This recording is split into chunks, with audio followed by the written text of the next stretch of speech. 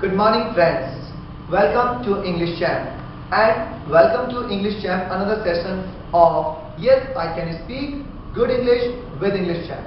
Friends, आज का session is a very important session for beginners. वो लोगों के लिए बहुत important session है ये जो लोग English speaking start करना चाहते हैं, क्योंकि जब भी कोई बंदा या कोई इंसान इंग्लिश स्पीकिंग स्टार्ट करता है तो उसके सामने कुछ प्रॉब्लम्स आती हैं और उन प्रॉब्लम्स की वजह से ही वो इंग्लिश नहीं बोल पाता. That's why in this session we are going to discuss all those problems. और हम सिर्फ प्रॉब्लम्स ही डिस्कस नहीं करेंगे, हम डिस्कस करेंगे उनके कॉज और उनके solutions. So friends, it's a very important session, so be careful and listen to me carefully. तो आज हम बात करते हैं कि जब भी कोई बिगिनर इंग्लिश स्पीकिंग स्टार्ट करता है तो उसको क्या क्या प्रॉब्लम्स आती हैं और क्यों एक इंसान अच्छी इंग्लिश बोल पाता है और एक दूसरा इंसान पूरी लाइफ इंग्लिश नहीं बोल पाता.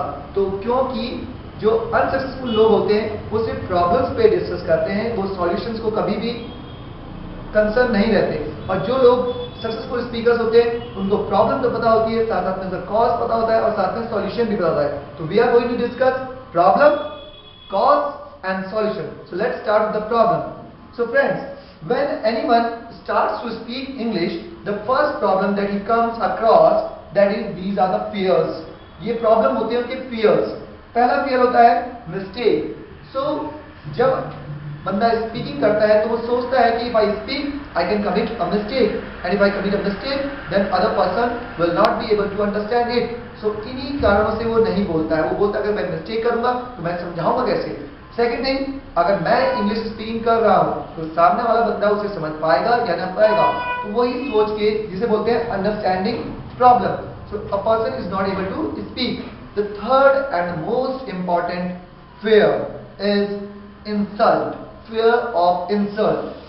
Whenever any medium student, in most of the cases Hindi medium students, if they speak, when they speak, they feel that other person will have a very bad impression about his English speaking and it can be a big insult for him. So that's why उसको लगता है कि अगर मैं English बोलूंगा तो सामने वाला बोलेगा इसको इंग्लिश नहीं आती है, इंग्लिश में तो मिस्टेक्स कर रहा है और इससे वजह से उसकी इंसल्ट हो सकती है.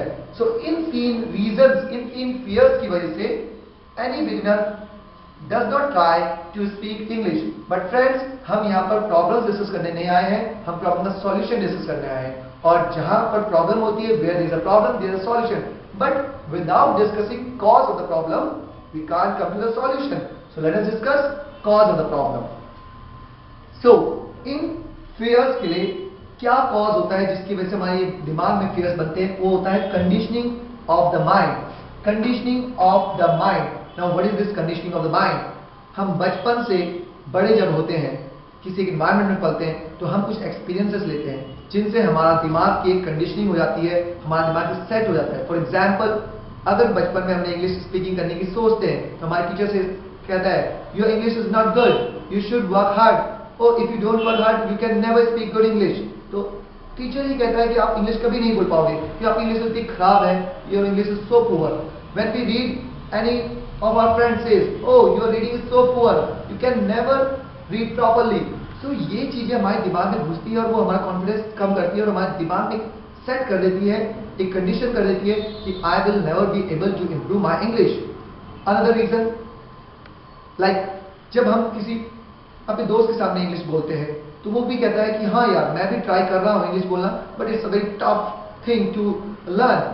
सो tough tough tough tough, that stuff goes in our mind and it sticks to our mind, and that's why we feel though it's a big problem, it's a big issue for speaking English.